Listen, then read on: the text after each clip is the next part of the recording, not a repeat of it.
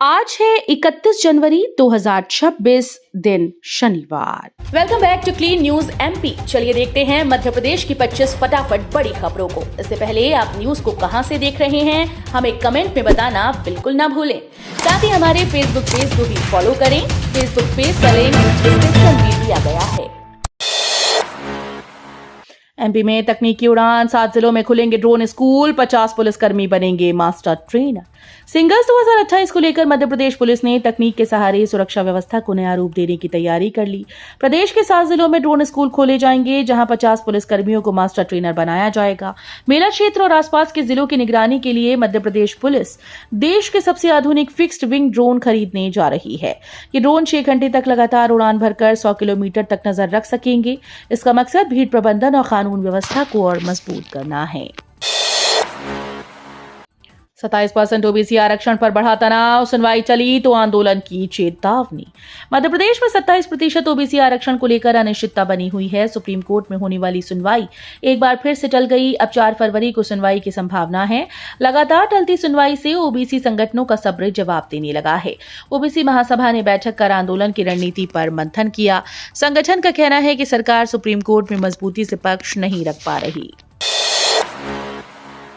MP police में digital बदलाव, अब छुट्टी के लिए ऑनलाइन करना होगा आवेदन। मध्य प्रदेश पुलिस के अफसरों और कर्मचारियों के लिए व्यवस्था में बड़ा बदलाव किया गया। फरवरी से छुट्टी या प्रतिनियुक्ति के लिए अब लिखित आवेदन नहीं बल्कि ऑनलाइन प्रक्रिया अपनानी होगी। पुलिसकर्मी अब अपनी सर्विस बुक से जुड़े काम, सजा का रिकॉर्ड और अन्य जानकारियां भी डिजिटल माध्यम से देख और अपडेट कर सकेंगे। सर्विस बुक को डिजिटलाइज करने का काम अंतिम चरण में है और अब तक 1 लाख से ज्यादा पुलिसकर्मियों का डेटा EHRMS पोर्टल पर अपलोड किया जा चुका है। संविदा कर्मियों को सीएम का भरोसा, 2023 की संविदा नीति पूरी तरह से लागू होगी। मध्य प्रदेश के संविदा अधिकारियों और कर्मचारियों के लिए राहत भरी खबर है। राजधानी भोपाल में आयोजित राज्य स्तरीय सम्मेलन में मुख्यमंत्री डॉक्टर मोहन यादव ने 2023 की संविदा नीति को पूरी तरह से लागू करने का ऐलान किया। टीटी नगर के न्यू दशहरा मैदान में जुटे प्रदेश भर के संविदा कर्मियों को संबोधित करते हुए सीएम ने उन्हें सरकार की ताकत बताया। उन्होंने कहा कि जैसे हनुमान जी के बिना श्री राम का कार्य अधूरा था, वैसे ही संविदा कर्मियों के बिना विकास संभव नहीं है। एमपी में किसानों के लिए 2750 करोड़ रुपए का प्रावधान, सीएम मोहन यादव ने खोला खजाना।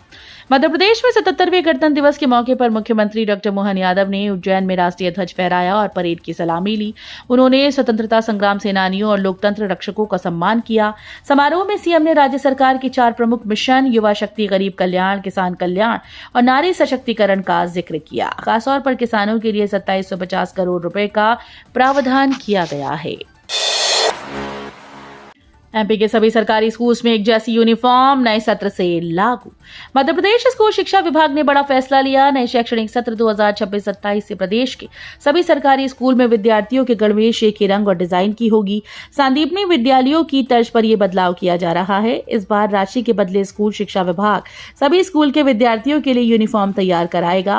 विभाग के उप सचिव PK सिंह ने बताया कि पहले केवल सांदीपनी विद्यालयों में अलग चेक डिजाइन गणवेश दी जाती थी, जबकि अन्य स्कूल के लिए अलग व्यवस्था थी।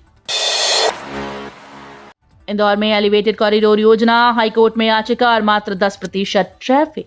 इंदौर के एबी रोड के 6 किलोमीटर हिस्से में सरकार ने एलिवेटेड कॉरिडोर बनाने का फैसला किया। ये ब्रिज LIG शॉपिंग कॉम्प्लेक्स से नवलखा चौराहे तक बनेगा, लेकिन विशेषज्ञों के अनुसार पूरे मार्ग का केवल 10% ट्रैफिक ही इस तरह कॉरिडोर से गुजरेगा। 3 भुजाएं अलग अलग चौराहों पर उतरेंगी। नगरीय प्रशासन मंत्री कैलाश विजयवर्गीय ने जनप्रतिनिधियों के साथ बैठक कर योजना पर मंथन किया। मध्य प्रदेश में 51 डायलिसिस मशीन्स लगेंगी, रोटरी मंडल की सामाजिक पहल। मध्य प्रदेश में जनसहयोग से 51 डायलिसिस मशीन लगाई जाएंगी, जिससे कई जिलों के मरीजों को राहत मिलेगी। इस सामाजिक पहल का हिस्सा रोटरी मंडल 3040 का 42वां अधिवेशन इंद्रधनुष है, जो 31 जनवरी और 1 फरवरी 2026 को ग्रैंड शेरेटन इंदौर में आयोजित होगा। अधिवेशन सेवा, नेतृत्व और सामाजिक सरोकार के मूल मंत्र पर केंद्रित होगा। इसमें मध्य प्रदेश के 25 और गुजरात के 4 जिलों से लगभग 800 से 900 रोटेरियन सहभागिता कर रही हैं। दूषित पानी का कहर जारी, इंदौर में 31वीं मौत से मचा हड़कंप। इंदौर में दूषित पानी से मौतों का सिलसिला थमने का नाम नहीं ले रहा। अब इस मामले में एक और बुजुर्ग की मौत हो गई, जिससे मरने वालों की संख्या बढ़कर 31 हो गई। मृतक की पहचान 72 वर्षीय एकनाथ सूर्यवंशी के रूप में हुई। उल्टी दस्त की शिकायत के बाद उन्हें 29 दिसंबर को अस्पताल में भर्ती कराया गया था। हालत बिगड़ने पर बॉम्बे हॉस्पिटल रेफर किया गया, जहां 25 दिन वेंटिलेटर पर रहने के बाद गुरुवार को घर लौटे थे। कुछ ही घंटों के बाद उनकी मृत्यु हो गई। भारत की आर्थिक ताकत बनी वैश्विक पहचान, सीएम डॉक्टर यादव ने सराहा। मुख्यमंत्री डॉक्टर मोहन यादव ने कहा कि प्रधानमंत्री नरेंद्र मोदी के नेतृत्व में भारत वैश्विक चुनौतियों के बीच आत्मनिर्भरता के साथ आगे बढ़ रहा है। आज प्रस्तुत आर्थिक सर्वेक्षण समावेशी विकास और समाज कल्याण पर जोर देता है। इसमें किसानों, एमएसएमई और युवाओं के लिए रोजगार पर विशेष ध्यान है। वर्ष 2025-26 में 7.4% जीडीपी और 7.3% जीवीए वृद्धि दर के साथ भारत लगातार चौथे वर्ष सबसे तेजी से बढ़ने वाली अर्थव्यवस्था बना हुआ है। भोपाल निगम को 30 दिन में भरना होगा 8.94 करोड़। एनजीटी ने पर्यावरण लापरवाही पर लगाई फटकार। भोपाल नगर निगम को पर्यावरण नियमों की अनदेखी पर 30 दिन में 8.94 करोड़ रुपए जमा करने होंगे। नेशनल ग्रीन ट्रिब्यूनल ने कचरा प्रबंधन और सीवेज ट्रीटमेंट में लापरवाही के मामले में मध्य प्रदेश प्रदूषण नियंत्रण बोर्ड का लगाया गया जुर्माना बरकरार रखा। मध्य प्रदेश में कोहरा और बारिश की चेतावनी, भोपाल, इंदौर, ग्वालियर भीगेंगी। मध्य प्रदेश में मौसम ने फिर से करवट बदली। शुक्रवार सुबह आधे प्रदेश में घना कोहरा छाया, जिसमें भोपाल, ग्वालियर, चंबा, सागर, जबलपुर, रीवा, शहडोल संभाग के 24 जिलों में हल्का से मध्यम कोहरा रहा। कई इलाकों में सुबह 10 बजे तक धूप नहीं निकली, जिससे जनजीवन और यातायात प्रभावित हुआ। भारतीय मौसम विज्ञान विभाग ने 31 जनवरी से 2 फरवरी तक स्ट्रांग वेस्टर्न डिस्टर्बेंस के कारण लगातार बारिश का अलर्ट जारी किया है। एमपी के अतिथि विद्वानों के लिए खुशखबरी, 58,000 तक बढ़ेगी सैलरी। मध्य प्रदेश के सरकारी कॉलेजेस में कार्यरत हजारों अतिथि विद्वानों के लिए राहत भरी खबर है। उच्च शिक्षा विभाग अब प्रदेश में हरियाणा मॉडल लागू करने की दिशा में तेजी से कदम बढ़ा रहा है। इस नई व्यवस्था के लागू होने से लगभग 4,500 अतिथि विद्वानों को न केवल आर्थिक लाभ मिलेगा, बल्कि उनकी सेवा की सुरक्षा भी समाप्त हो जाएगी। एमपी शिक्षक भर्ती में नियुक्ति में देरी, चयनित शिक्षक डीपीआई कार्यालय में प्रदर्शन। मध्य प्रदेश में प्राथमिक और माध्यमिक शिक्षक भर्ती के चयन होने के बावजूद नियुक्ति पत्र न मिलने से चयनित उम्मीदवार नाराज हैं। महीनों से ज्वाइनिंग का इंतजार कर रहे अभ्यर्थियों ने शुक्रवार को भोपाल के डीपीआई कार्यालय के बाहर प्रदर्शन किया। पहले रैली निकालकर विरोध दर्ज कराया, फिर आवेदन सौंपा। अभ्यर्थियों का कहना है कि प्रदेश में शिक्षकों की भारी कमी के बावजूद नियुक्ति में देरी हो रही है, जिससे उनका भविष्य अधर में है। एमपी में बड़ा एक्शन, अमृत 2.0 मिशन में 47 companies black list. Madhya Pradesh के नगरीय निकायों में चल रहे अमृत 2.0 मिशन और अन्य विकास कार्यों में गंभीर लापरवाही सामने आने के बाद सरकार ने बड़ा कदम उठाया। निर्माण कार्यों में गुणवत्ता की अनदेखी, समय पर काम पूरा न करना और अनुबंध शर्तों के उल्लंघन के मामलों में 47 ठेकेदारों और निर्माण कंपनीज को ब्लैक लिस्ट कर दिया गया। इस कार्रवाई के बाद ठेकेदारों में हड़कंप मच गया है। एमपी में ट्रैफिक नियम तोड़ना पड़ेगा भारी, टोल से होगा ई डिटेक्शन। मध्य प्रदेश में अब बिना परमिट, बीमा और फिटनेस के चलने वाली गाड़ियों का बचना मुश्किल हो गया। परिवहन विभाग टोल प्लाजा पर लगे कैमरों और फास्टैग के जरिए ऐसे वाहनों की पहचान करेगा।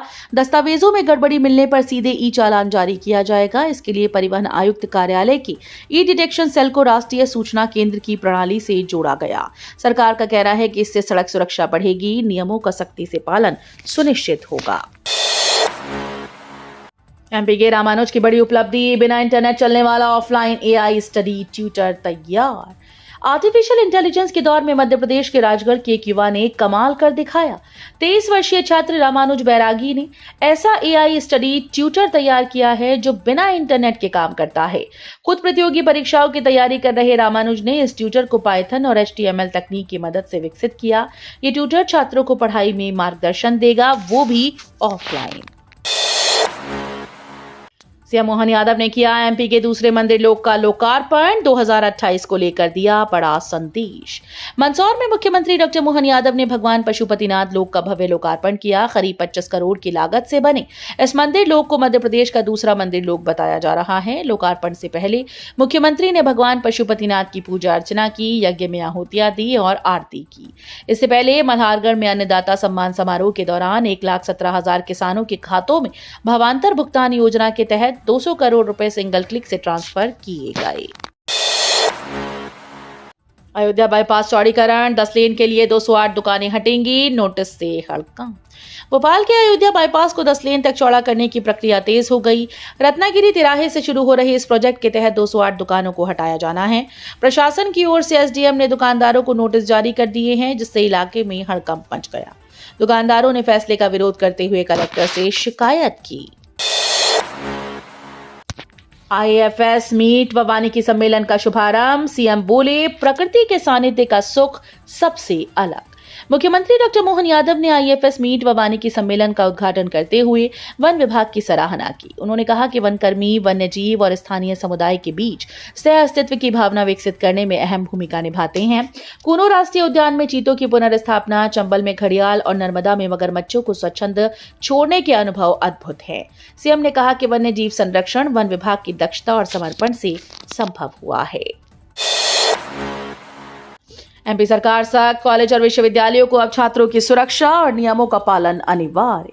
मध्य प्रदेश सरकार ने कॉलेज और विश्वविद्यालयों में छात्रों की सुरक्षा और पढ़ाई की गुणवत्ता सुनिश्चित करने के लिए सख्ती बढ़ा दी। उच्च शिक्षा मंत्री इंदर सिंह परमार ने कुलगुरुओं से कहा कि छात्र की आत्महत्या या अप्राकृतिक मौत की जानकारी मिलने पर तुरंत पुलिस को सूचना देनी होगी। ये नियम कैंपस के अंदर और बाहर दोनों जगह लागू होगा। सरकार ने कहा कि सभी संस्थानों में यूजीसी के जरूरी नियम, एंटी रैगिंग, समान अवसर प्रकोष्ठ और छात्र शिकायत निवारण सिस्टम को सक्रिय रखना अनिवार्य होगा। एसआईआर में फर्जी आपत्तियों का खेल, एक नाम पर 7 फॉर्म, 10,000 मामलों की जांच शुरू।